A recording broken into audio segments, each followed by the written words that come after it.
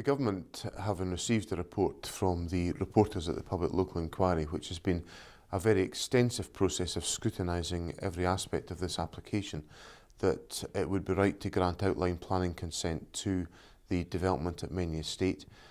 There are many significant economic and social benefits that the reporter highlights associated with this development, and he charts the environmental consequences which must be taken fully into account, and that is what the basis of our decision is designed to do. The government will look at every particular development on a case-by-case basis, and there are developments that we turn down because they're just entirely unsuitable. There are other developments that we allow to go forward where the balance of evidence is in favour of the development, and that is the consideration that we've put in place in relation to this development, and that is the right thing to do in these circumstances to ensure that we have a significant contribution to the North East of Scotland economy with economic and social benefits, and that we take steps as far as we possibly can do to tackle the environmental impact that's associated with this development.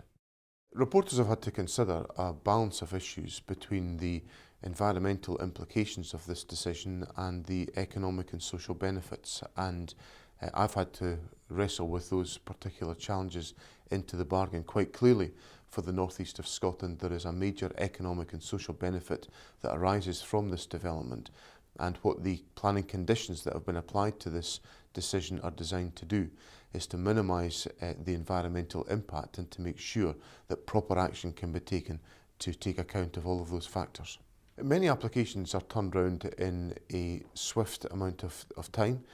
We have no desire, and I don't think it's particularly efficient, to prolong decision making when the information and the evidence is very clear. This has been an application that's been subjected to a significant amount of scrutiny. It was the subject of a very detailed public local inquiry. I have considered a 290-page report from the reporters, which gives me all of the assessment of the evidence that is required, and on that basis I've been able to take the decision within the timescale that I have. And I think that's the aspiration that we should have, to take decisions in an efficient and an effective fashion.